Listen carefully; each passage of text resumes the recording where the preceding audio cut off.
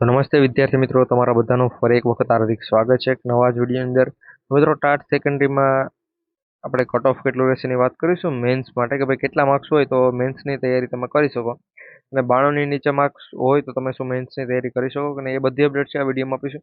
અને ભાઈ રાજકોટમાં શું થયું છે આપણી ટાટ સેકન્ડરી એક્ઝામમાં એ તો તમને ખબર જ હશે. પ્રિલિમ્સ એક્ઝામની અંદર જ કૌભાંડ કરી નાખવામાં આવ્યું, પરંતુ મિત્રો એના ઉપર આપણે વધુ નથી જવું, કારણ કે જો એના ઉપર આપણે વાત કરીશું તો બધા મિત્રોને થશે કે ભાઈ હવે શું થશે, હવે શું થશે. કંઈ નથી થવાનું ભાઈ, તમારે છે મેન્સની તૈયારી શરૂ કરી દેવાની છે. બધા ટાટ સેકન્ડ રિઝલ્ટ આવે એટલે તમારા મેન્સની આખી ફાઇનલ જેને પણ પાસ થાય એ મેન્સ આપી શકશે. અને મિત્રો મેન્સ માટે કેટલા માર્ક્સ હોવા જોઈએ એની આપણે ચર્ચા કરી લઈએ, જેથી કરી તમે તૈયારી કરી શકો. તો મેન્સ માટે અહીંયા હું તમને જણાવીશ ભાઈ કેટલા માર્ક્સ હોવા જરૂરી છે.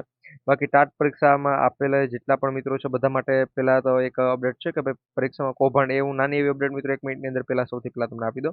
એના પહેલા જો હજુ તમે આપણે આ GP official YouTube channel subscribe નથી કરી મિત્રો, અત્યારે છે ચેનલ સબસ્ક્રાઇબ કરી બેલ નોટિફિકેશન ઓલ ઉપર છે સેટ કરી દેજો, કે જેથી કરી આવી તમામ ડેટા અમે સૌથી પહેલા તમારા સુધી પહોંચાડતા રહીએ. તો થયું તો રાજકોટની અંદર કુર્તી મોબાઈલ લઈને ગયો હતો કોઈ વ્યક્તિ અથવા છોકરી અથવા છોકરો, એ ભાઈ શું કહે મેસેજની રિંગ આવે એટલે પકડાઈ ગયો. ક્યાં સુધી કોઈને પણ ખબર નથી, તો શું ચેકિંગ નહીં કરેલું હોય.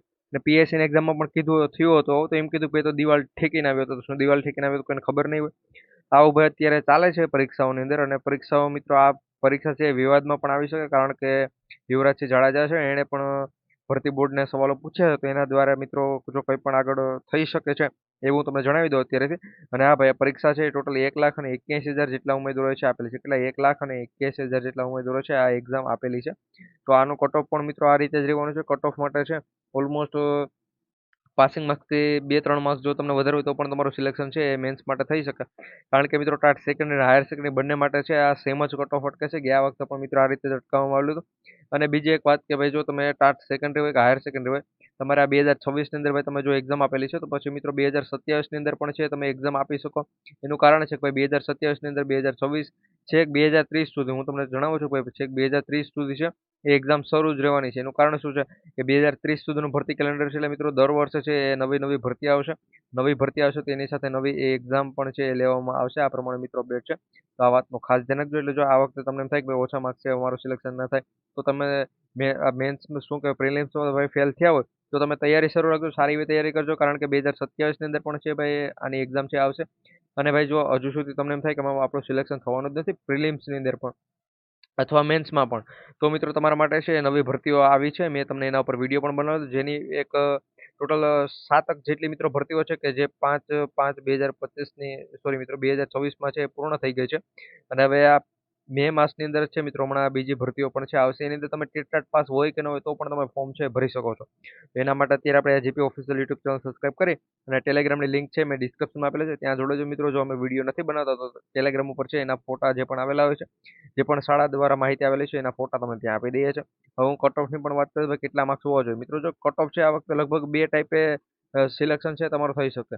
એક તો મિત્રો કેટેગરી પ્રમાણે પણ છે કટ ઓફ રહી શકે, અને મિત્રો કેટેગરી વગર પણ કટ ઓફ રહી ઘણા કે આવું શા માટે, તો ભાઈ ગયા વખતે છે એ પ્રમાણે થયું હતું ને આના પહેલા પણ જે પણ ભરતી હતી આ ભરતી બોર્ડ દ્વારા લેવાયેલી હતી એક્ઝામ, એની અંદર પણ મિત્રો એ પ્રમાણે છે કરવામાં આવેલું હતું. એટલે મિત્રો ઓલમોસ્ટ છે 72-75 ની વચ્ચે છે તમારો કટ ઓફ રહી શકે. કેટલું મિત્રો 72 થી લઈ અને 75 ની વચ્ચે છે એ કટ ઓફ રહી શકે, જો કેટેગરી પ્રમાણે ન લેવાય તો. એટલે મિત્રો કોઈ પણ કેટેગરીના ઉમેદવારો એને છે 70 ઓલમોસ્ટ મિત્રો 68 ની ઉપર માર્ક્સ હોવો જોઈએ અને 80 ની નીચે, એટલે એને તૈયારી છે શરૂ કરી છે. એટલે મેં આગળ તમને જણાવ્યું ભાઈ 92 ની નીચે માર્ક્સ હોય તો તમે તૈયારી કરી શકો છો. કરી શકો ને ભાઈ તમે 100% અત્યારથી તૈયારી છે શરૂ કરી દો. અને એમાં પણ જો મિત્રો હું તમને જણાવું તો ભાઈ જેને પણ 65 માર્ક્સ હશે, એસટી કેટેગરીમાં જેને પણ 65 માર્ક્સ હોય છે એ પણ તૈયારી છે શરૂ કરી દેજો, કારણ કે 65 માર્ક્સ જો તમારા હશે તો પણ છે મિત્રો તમારો મેન્સ માટે વારો આવી જ જશે. અને ટાટ હાયર સેકન્ડરીમાં પણ મિત્રો સેમ એટલું જ કટ ઓફ છે રહ્યું હતું કે ભાઈ ટાટ હાયર સેકન્ડરી જે પણ પાસિંગ માર્ક્સની ઉપર મિત્રો 5 થી 10 માર્ક્સ જેને આવી જાય એનું પણ સિલેક્શન છે મેન્સ માટે થઈ જાય છે. તો આપણે ટાટ સેકન્ડરીમાં પણ મિત્રો આ રીતે ગયા વખતે પણ આ પ્રમાણે જ કટ ઓફ છે અટકેલું હતું, તો આ વખતે તમે મેન્સની તૈયારી જો એસટી કેટેગરીમાં એસટી કેટેગરીના મિત્રો જે પણ હોય એને 65 ઉપર, અને જે પણ એસસી એના પછીની મિત્રો જે પણ કેટેગરી છે બધાને 70 ની આજુબાજુ માર્ક્સ હોવો જોઈએ. જે પણ જનરલમાં જેને પણ હોય એ બધાને મિત્રો 75 ની આજુબાજુ માર્ક્સ હોય, એટલે એને છે તૈયારી છે મેન્સ માટે શરૂ કરી જ દેવી જોઈએ. એટલે આ પ્રમાણે અપડેટ છે ને કેટલા ઉમેદવારો પાસ થયા તો એ પણ મેં તમને જણાવી દઉં. અને મિત્રો જો કેટેગરી પ્રમાણે કટ ઓફ કેટલું રહે એના ઉપર પણ આપણે આ જીપી ઓફિશિયલ યુટ્યુબ ચેનલ પર છે આખું એનાલિસિસ કરીને સંપૂર્ણ માહિતી સાથેનો વિડીયો છે આવી જશે કે ભાઈ કેટેગરી પ્રમાણે કટ ઓફ કેટલું રહેશે. હાલ અત્યારે એ ડેટા આવેલા છે કે ભાઈ 1,81,000 જેટલા ઉમેદવારો છે એ પરીક્ષા આપે છે તેના ઉપર સંપૂર્ણ એનાલિસિસ કરીને વિડીયો પણ છે ટૂંક સમયમાં આવશે. તેના માટે GP official YouTube channel subscribe કરી બેલ નોટિફિકેશન ઓલ ઉપર સેટ કરી દેજો. ટેલિગ્રામમાં પણ જોડાવાનું ભૂલતા